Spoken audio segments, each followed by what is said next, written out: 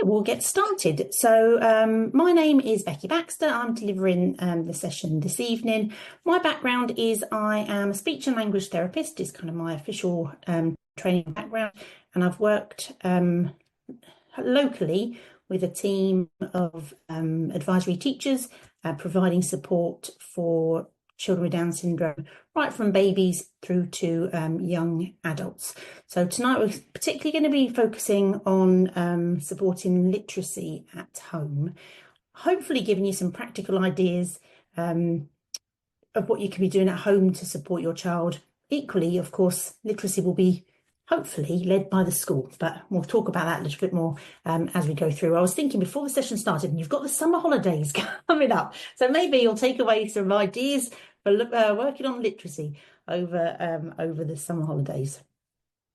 What I'm going to try and cover in the next hours, I'm just going to briefly talk about the literacy profile, these kind of areas that we think about in terms of focusing on literacy, and a little bit of information about what we know about children with Down syndrome. I'm then going to take each one in turn and really look at some of the strengths for our children and some of the things that are a little bit more difficult, and then really kind of give some practical ideas and activities to be thinking about at home. So we're going to go through sight words, phonics, reading comprehension, writing/recording. So if you're not yet writing, how else we can be recording, and then a quick summary before we move to those questions, as I said.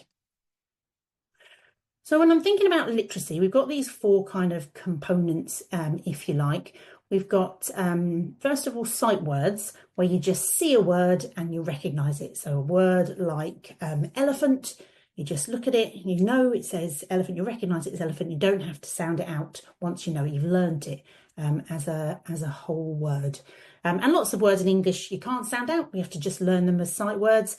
And often recognising this visual pattern of the word can be a strength area for children with Down syndrome. Now, all children learn sight words, whether schools want them to or not. There's a particular focus on phonics at the moment, but lots of schools still do sight words generally with all children within school.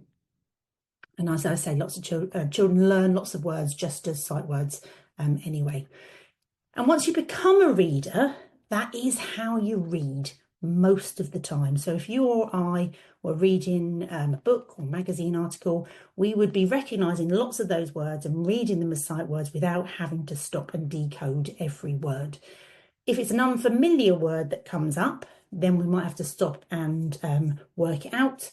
Often say, give the example, Game of Thrones, lots of words in there, you'll read sight words, you'll recognise them when you have to stop, and then you'll get to somebody's name and you go, oh, how'd you say that? And then you have to work out and do a bit of decoding using your phonics knowledge. So really, that's where our end goal is, being able to be competent readers. However, in order to get there, and in order to be able to decode those words that we're not familiar with, we need to master phonics. In thinking about phonics skills, typically this is an area that's a bit more challenging for our pupils, and I'll talk a little bit more about why when we get to the phonics section. But things like blending and segmenting are challenging for our children because they rely on the things that we have particular difficulty with. So our children have difficulties with hearing, with verbal short-term memory, remembering what they've heard, particularly verbal information, phonological information about words. And then if you're sounding out word, so you've got, let's start with an easy k, at. You have to know those letter sounds, which is often a strength for our children. But you have to make the sound k, at. You have to make them relatively accurately. You then have to remember all of those sounds as you make them, and then you have to put them together and match them to a word in your head. And that is a challenge for our children, given their speech, language, hearing, memory difficulties. Similarly, with segmenting a word, if you said, how do you spell the word cat? They have to retrieve that word from their head, from the word they've got stored up here, which might very well not be accurate. They might have it stored up there as at, so we've missed the k off the beginning. You say, what does it begin with? Well, mine doesn't begin with k, because I haven't got k stored up there. Mine begins with a. And then I've got to make the sounds speech. So blending and segmenting, which is really kind of the mechanics of phonics, are more tricky, and we can see why they're more tricky. However, it means we need more practice, and we need to be doing a better job of visually supporting these skills, because it is important for decoding unfamiliar words and for mastering spelling. Being able to start to write, what does that word begin with? Need to have those phonics skills to support it. We'll then talk about reading comprehension, so really just understanding what you've read. So when you're reading those words across the page, are they able to remember the whole sentence, and are they able to comprehend that whole sentence, understand the meaning of that whole sentence, not just the single words that are in there. So if you read Biff is at the park, I have to remember who was at the beginning of this sentence, where are they now, and that means that actually this little girl character is at the park. And of course, it's linked to language understanding. If you're having difficulties with language, you don't understand particular vocabulary words or particular sentence structures, you don't understand things like because or so, that's going to impact on your reading comprehension, which we know is a challenge for children with Down syndrome. And then, however, we do a bit better at reading comprehension than we do at listening comprehension, because it's visual and it's written there. So it's a good way of supporting language understanding and speech and language targets. And then finally, we've got writing or recording, obviously going to be impacted by motor difficulties. That's going to be a challenge for our children. But really, again, like all motor skills, it means you need more practice. And if you're not particularly good at writing, it actually means you're getting less. If you do a half an hour lesson in the classroom where you're all writing and you're a good writer, you may well write 2 or 3 pages. If you're not great at writing, you might write 2 or 3 sentences. So everybody else is getting more practice than you're getting. So we want to be thinking about how we can promote and get as much practice as possible, which is why it's great to be thinking about how we can be supporting this at home. And then we're going to talk about other ways of recording. Whilst I think it's still worth definitely practicing these writing skills, whilst we're working on those, there are other ways that we can be supporting the children to record their ideas and their sentences. So we start off with sight words. Typically, for children with Down syndrome, learning from looking is easier. As I've said, we've got this difficulty with verbal short-term memory. We have a real strength in visual short-term memory. So remembering what I've seen is a strength. And of course, if we think about words, written words, you see those to be able to help you to remember them and to store them. Often, children with Down syndrome are introduced in the preschool to support to written words, to support speech and language activities. So when I'm introducing new vocabulary, when I'm introducing word combinations, might be person plus action, mummy is eating, I'll have the words written on there to support the children visually and to help promote that practice, understanding and repetition. Print is an aid to memory. If I can read it, I can go back to it. I don't have to work so hard. Some of the demands on my other areas are not so great. And reading supports spoken practice of words and sentences. Once I can read them, I can practice words that maybe I miss out in sentences. Some of those function words like the is and the and the and the for, they're in those little sentences. When I'm reading them, I get to practice, see and hear how they work, how they fit together. And that's going to help me with repetition to start to use those with a bit of generalisation. So we want to, sight words we know is a relative strength, and research would say we need to push sight words alongside phonics, and right from very early on, preschool maybe, but certainly once we start reading, in preschool, the print is used really to support speech and language. Once we get to school, that may well still be happening, probably should be happening, but we're now thinking about, we're trying to teach reading. So I'll be going for these sight words because we know our children have a relative strength and often get going with sight words. We can then use those strengths to support phonics later on. So I would expect some sight word targets right from reception, right the way through school. So what sight words are you going to choose?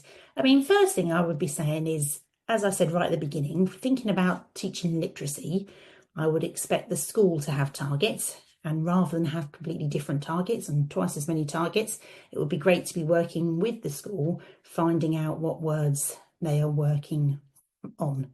Now, coming towards the end of term, so it may be that you've got an end of term meeting, or it might be that you want to think about choosing some words that you're going to work over this summer, having a bit of correspondence with them about which words would be useful, ready for September. And those useful words tend to be kind of high frequency words, so the words that come up loads in our language. There's some examples on there. This is a and the. If you were to Google 100 high frequency words, you'd get a list of all of the top 100 and that they work on in schools, and then you get the next 200 and so on. So if you're looking for those high frequency words, those lists are available. When you choose words from those lists, we always say it's useful to choose words that fit together to make a sentence, and words from different categories are going to be useful in terms of building sentences. The other thing to think about is what's motivating for your child. If you've got a child who's not really interested in reading yet, hasn't really got to grips with it, and isn't going to be that motivated, I would say think about some words over the summer that are just really motivating words. I know when I've done teaching reading, I've done sight words with anything from Peppa Pig to Bullseye from Oliver Twist. You can choose any words to make up your little books with, start working on those flashcards. And if the children are motivated, they're going to be more likely to engage in the activity and to be motivated to remember the words. So I would choose some words that make a sentence. So this is a and there are really good ones to start with, because you can then do this is Peppa Pig, this is Bullseye, this is Spider-Man, this is bingo, this is mum, this is granny, this is a sandcastle, whatever you want to. You're getting repetition and practice of those useful words. So words that make a sentence, and having those repetitive sentences can be really, really useful. And the other thing I've put on there is curriculum or topic words. So if you ask school what the topic is going to be in September, and they say, oh, it's going to be Florence Nightingale, you could maybe do some work around nurse and hospital and lamp and those sorts of things. So you can go in and go, oh, I know a little bit about Florence Nightingale. No, she is, for starters. So when you start talking about her, know what we're talking about. And when you're teaching those words, one of the best ways, or evidence-informed ways to teach them, is to do a match select name, particularly when you're just starting. So you'd have your topic words on a board like that, or just cards on the desk, and then you'd have a second set and you get the children to match them. You name them for them. This one is this. Have a read. This. Your turn, you read this. Well, let's find the same. And by matching, we're getting them to really look at the words, look at the letters, look at the shape, and scan the others and match it to the same whilst we're saying this. So matching can be a great way of teaching, as I say, particularly in the early years, early stages.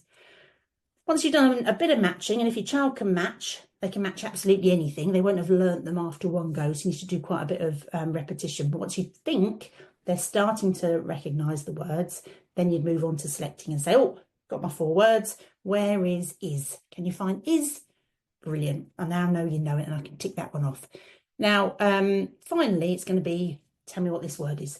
And depending on the speech of your child, they may well be able to say the word.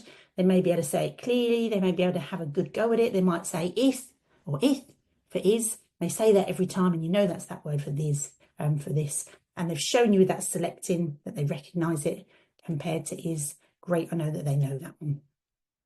So that's a good way to get started. Once you've got started with reading, or even from the beginning, lots of children manage flashcards really well. So you choose your 4 to 6, and you just hold them up, have a look at them. Let's have a practice of reading them a couple of times, and put that one to the back. And the next one, we'd run through them a few times. As you get to know more and more words, obviously it's not going to be practical to run through them all every time. Here's your 4 new ones, and we've got 104 ones we already know. But certainly to start with, it's useful to have the words I know, and I'll just choose a few from there. So sort of keep going over and refreshing those, and then I'll go in over my ones that I'm learning. But it's worth going back and making sure we don't forget the other ones while we're learning the new ones. So what would we be doing, sorts of activities to support recognising, remembering, saying these words? Biggest one is personal books, making up photo books about your child, their lives, who they come in contact with, what they like doing, because they're going to be all about me and they're going to be all about my friends, things I like. They're going to be really, really motivating. So think about how you can, if you've chosen some useful words, think about making up some personal books, taking some photos, putting those sentences in there. If you're teaching a new sentence, it's helpful for them to be repetitive. So it would be the same sorts of sentences on every page. This is my dad. This is my garden. This is our ball. This is whatever it might be. The other thing to do is adapt reading books. So you get any book that the child is interested in, or a new book that you think that it might be interested in, and you just stick in some sentences into the book, which is what I've done with Room on the Broom there. So I've gone for some high frequency words. Look at they're all early words to come up, chosen them to make a sentence, and I might read Room on the Broom bit, and then it's your turn to read. You can read that bit. The dog has got the hat. Just thought, okay, where's some nice early high frequency words, maybe a couple to work on sounding out there, dog and hat. I'll pop those in.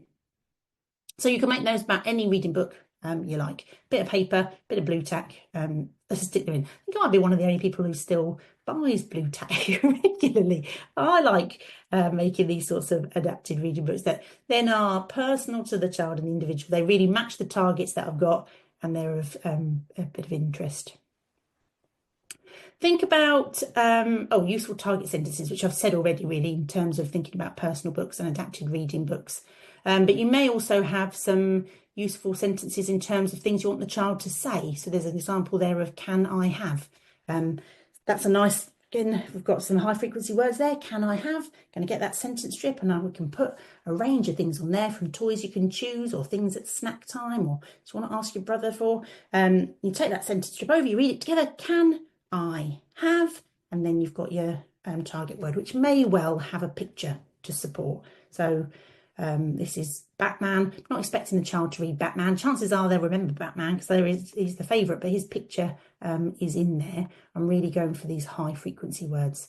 Treasure hunts, they're nice ways, I think they are anyway, for working on doing a little bit of reading. And it could even just say go to that could be your target word for the summer, go to and then you've got your word to go and find your next clue, and it says go to the bed, go to the bath, go to the dishwasher. And you could have take some pictures of those things, or get your you can still get Argos catalogue, I think, stick some pictures so they don't have to worry about those final words. It's about practicing those little sentences, those little phrases.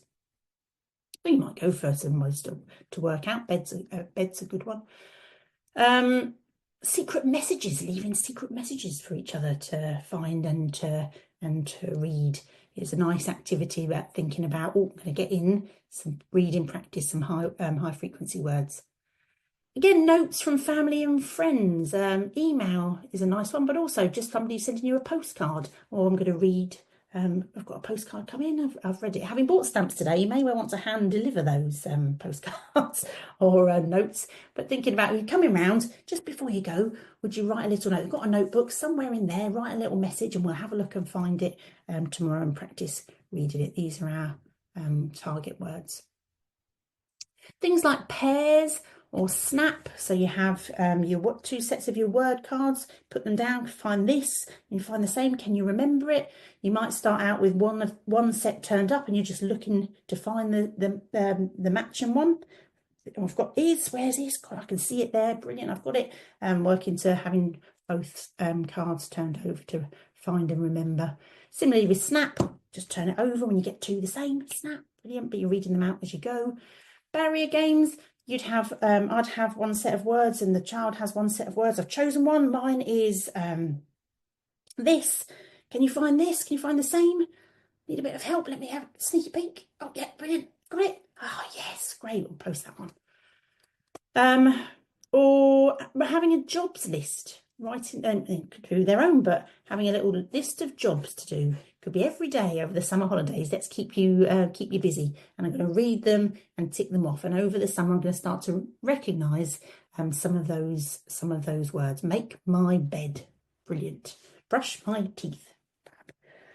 And again, of course, I've just put on the bottom there, somebody else doing the writing for the child is going to provide lots of practice of those kind of sight words.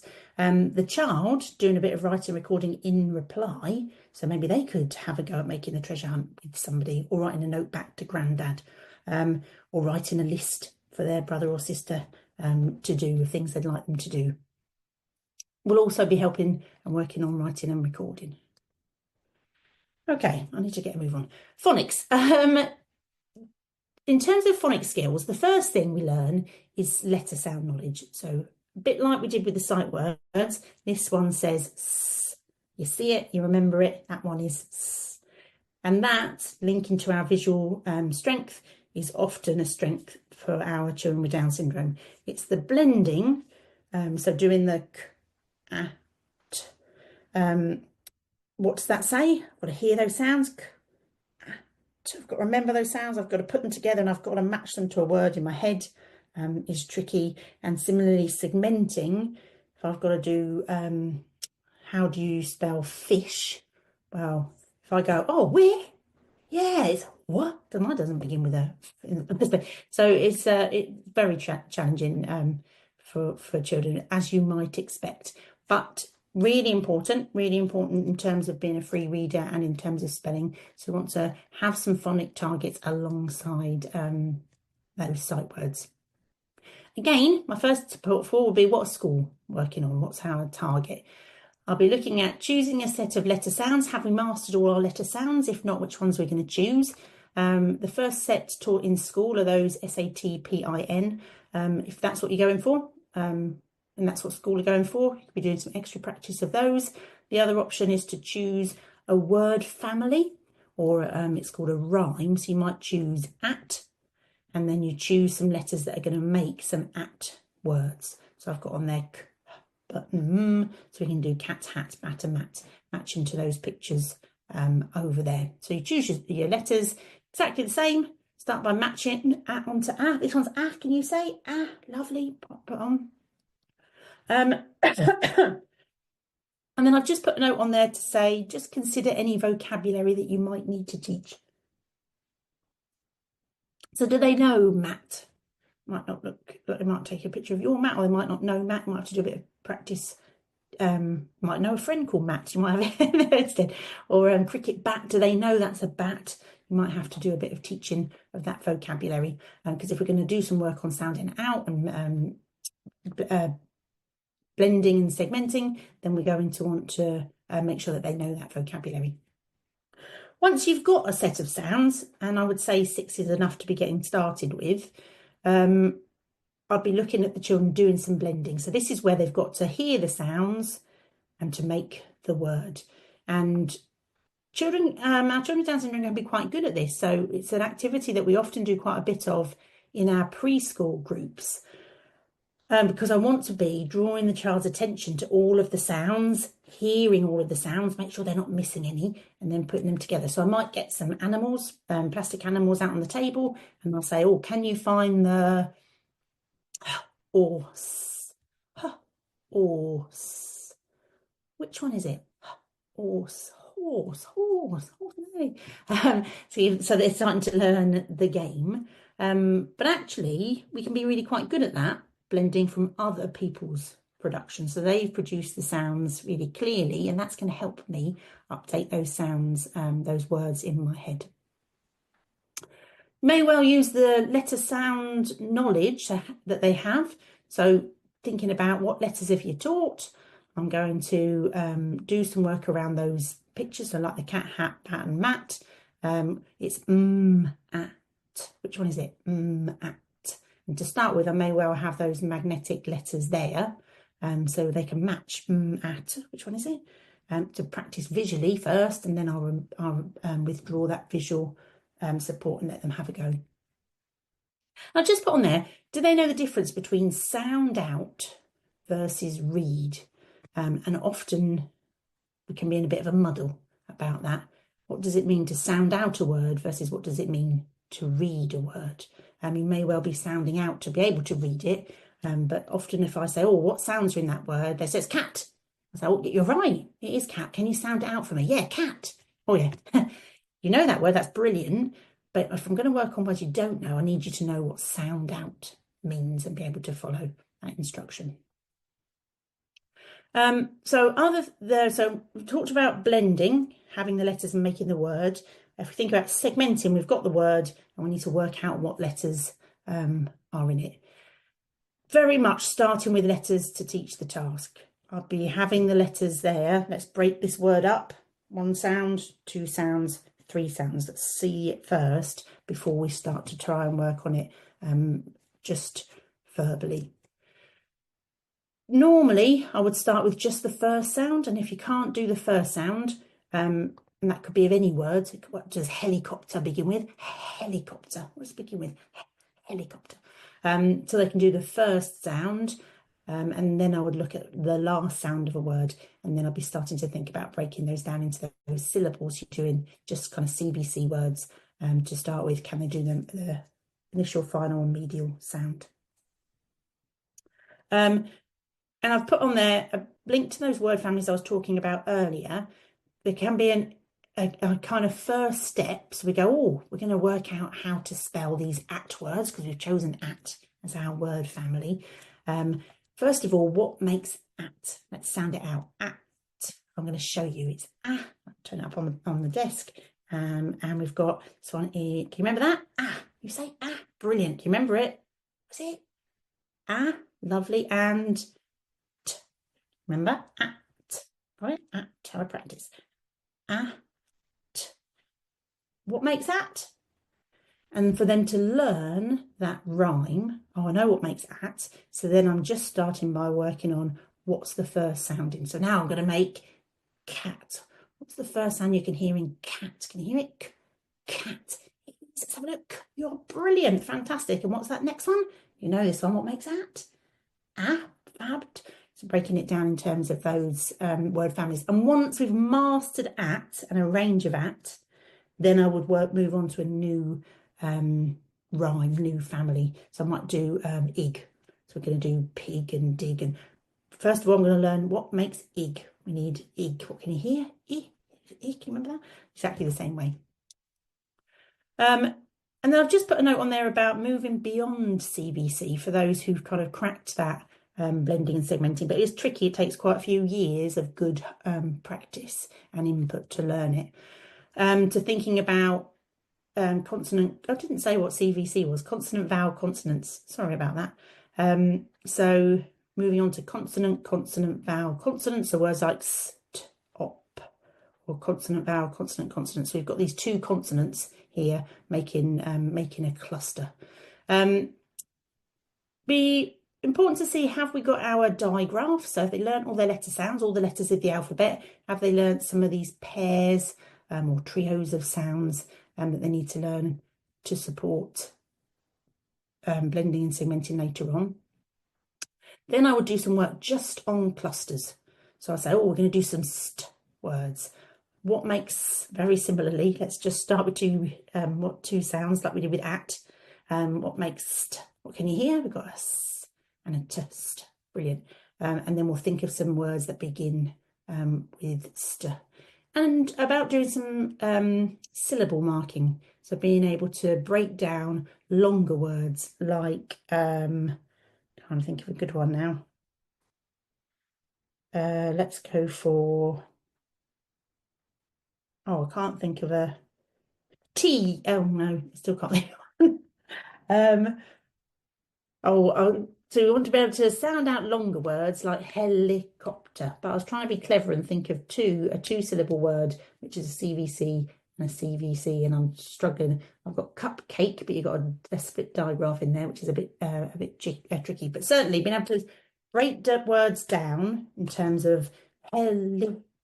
So you can say, what's the first syllable? He. How do we make he? So I've got to be able to break these words down. So syllable marking is a good activity to be practicing. So activities could be finding initial, final, medial letters. You could do that with any words. Again, you might choose some slightly motivating words. I've got some words there just about animals.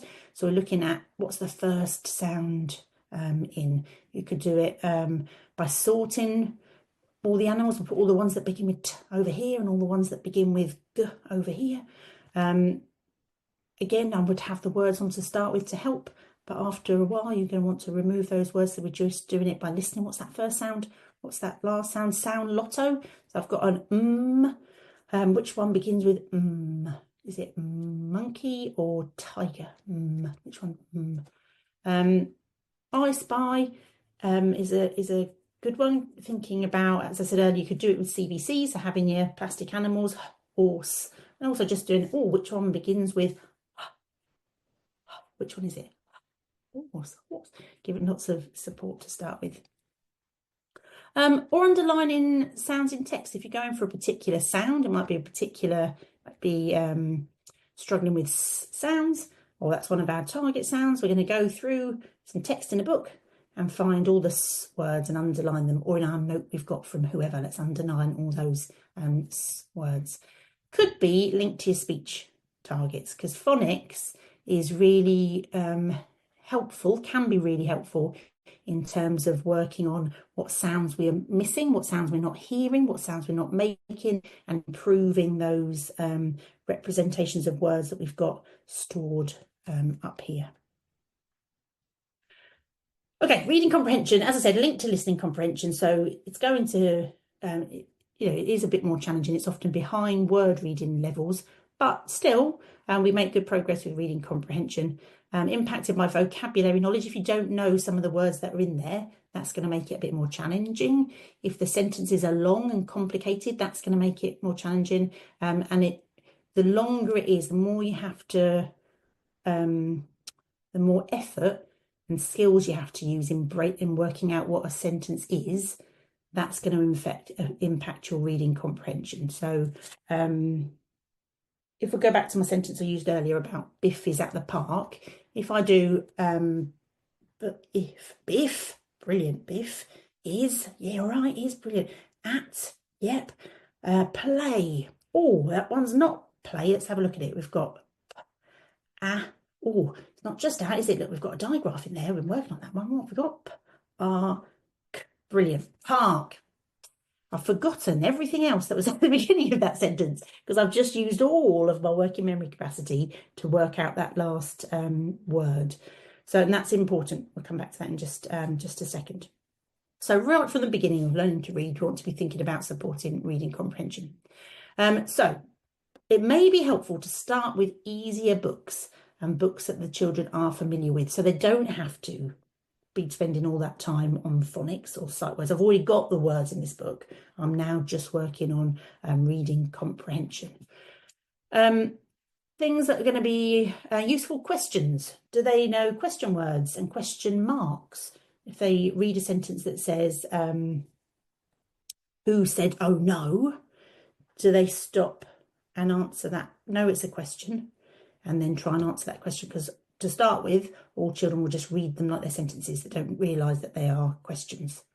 So in terms of working on questions, I'll start with simple questions that include the actual text that's in the book. So if it said Dad fell over, I wouldn't say who hurt their knee. I would have who fell over, and then we look back to go, fell over? Where does it say fell over? Oh yeah. Well, who was it? Does that say mum or dad? Oh yeah, you're right. So looking back and offering choices is really helpful.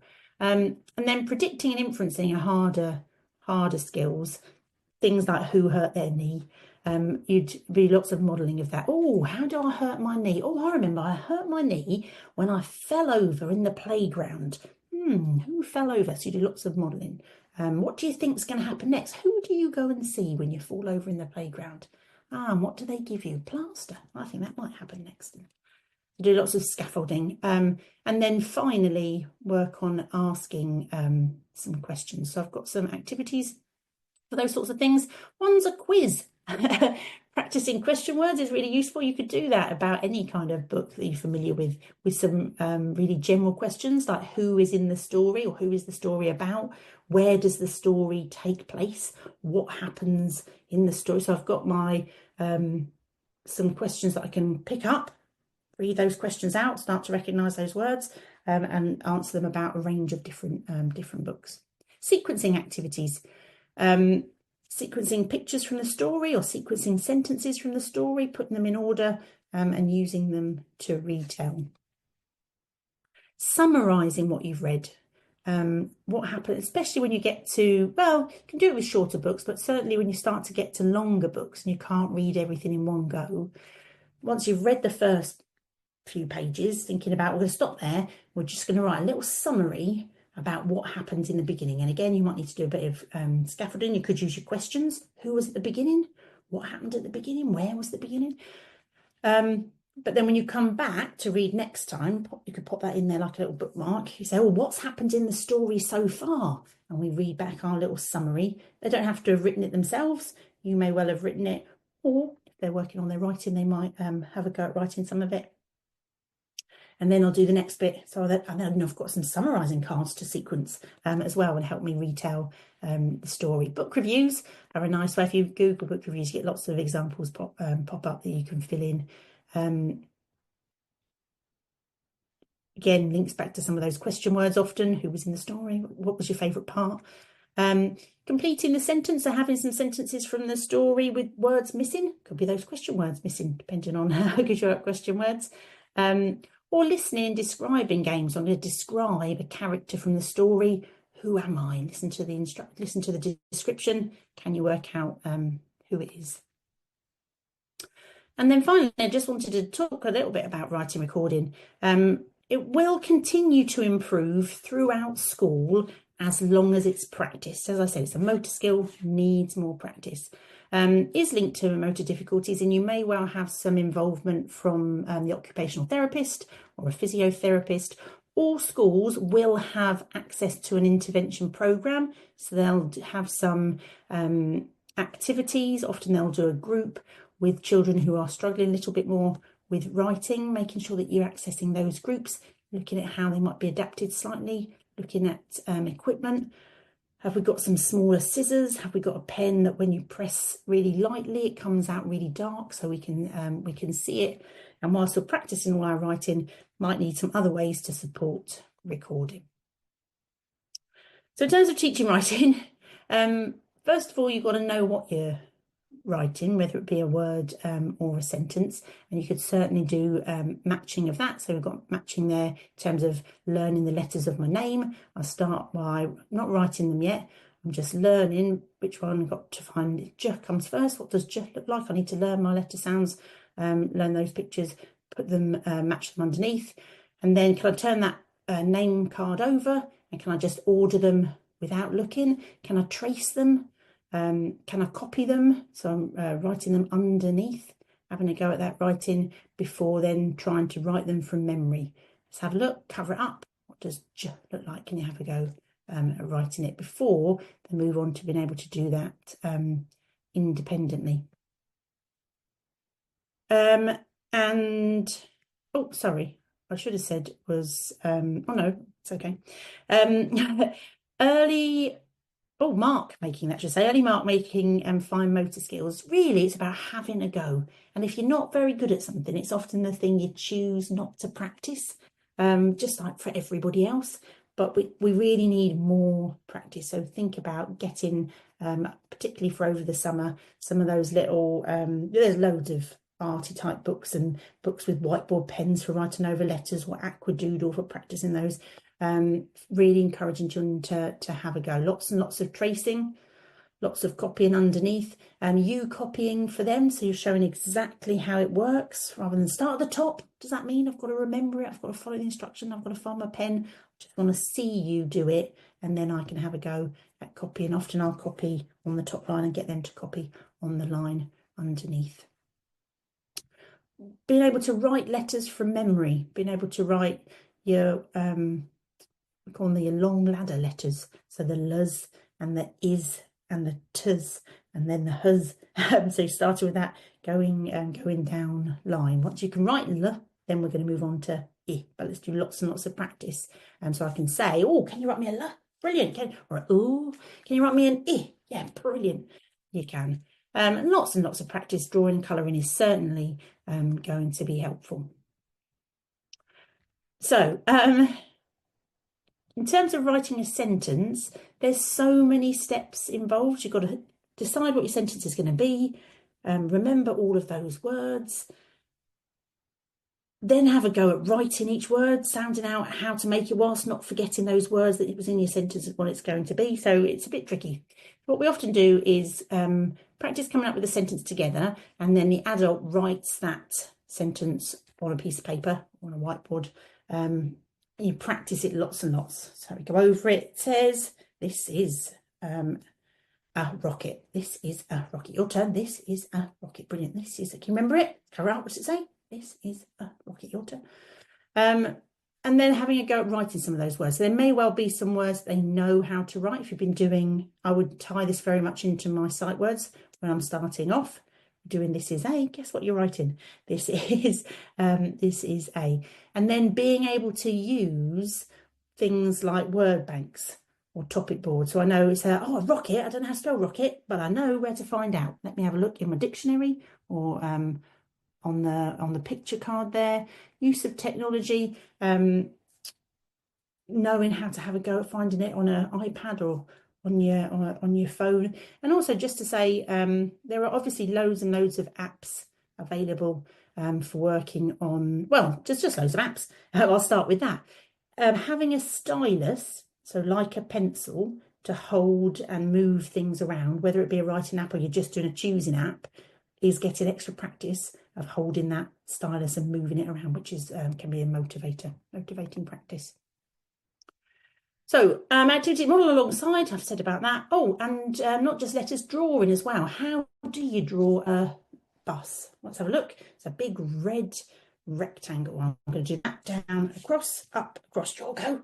There you go. Down, across, up, across. So you learn how to draw some familiar things. I've got on there multi-sensory practice, sandpaper letters, writing letters in paint or chalk, wet, dry, try. So you do it in water, then you dry it off, and then you have a go at writing it yourself on a little blackboard. What I would say is they're all different ways of getting you to practice. And that's the important thing, getting those to practice. I wouldn't like to say using lots of different multi-sensory ways is better than, or has a better outcome than just writing it all every time, but it might motivate practice, which means you get more if you do it in those different ways. Thinking about writing a shopping list when you're going out. Again, it could be just writing the first letter or tracing the first letter, but then I get to the shop, I get it out, have a look, do a bit of reading, a bit of phonics. What was the things that were on our shopping list? You might have drawn a little picture to help. List of jobs for the day. What is it we're going to do today? Writing notes or letters, going back to what I was saying earlier in the treasure hunt, and then games that involve a bit of writing. So being the teacher in the class, writing out the names of the children and ticking them off. Or we're going to play There's a Cafe, so I've got out my picnic set, and you're going to ask, what would you like? Oh, like a cup of tea, right? Going to write down tea. We just check on the menu as to how to spell it. Yep, tea and cake. Yep, and just check, write that down. Lots of ways of practicing. So as I said about matching the letters in sentences, matching the words in sentences is a really good way of recording to start with. So if they've come up with this is a rocket, you'd have the sentence strip, this is a rocket. You'd have a second sentence strip cut up, and then they stick, this is a rocket. You could have some missing words. So if they're just working on is to start with, that would be the one that's missing. Got to find that one, got to put it in there. Use of a keyboard in terms of being able to type, practice your letters, practice remembering how to spell my name. Put it in there, makes it a bit more, maybe different way of practicing. Stylus, I've mentioned. Video recording, especially if you've got somebody who likes to talk, saying, oh, this is what happened in the story. I'm going to tell you, I'm going to record a little video about it. Adult might write down the ideas I said about that. in terms of writing your summary. The other thing I've just put on the bottom there is some schools use symbols or widgets. I love a visual. So if there's a picture that helps me understand a word, particularly if I don't understand the word. So if my sentence was, this is the wolf, having a picture above wolf is really helpful. But I need the pictures to help support the reading comprehension. And if my target is reading, it won't necessarily be recognising visuals. And I think this is a real picture that I found as an example many years ago. But it says, he said. So he is the wolf. Said is a picture of two people. Well, the two people aren't speaking, it's the wolf that's speaking. So I think that's confusing. Little pigs, I'll go with pigs, that's okay. Let, well, I have no idea what's going on there. And I think it's much easier to go let. Looks much more familiar and similar to me than that. Let me, again, a man and a man come in. And if I was wanted to be supporting understanding of that sentence, I would like a picture with a wolf in the door and a little speech bubble coming from the wolf saying, let me come in. Because I think that adds a whole new level of confusion and complication that we just, people just don't think about. So just be aware of those systems. And that is it from me. Oh,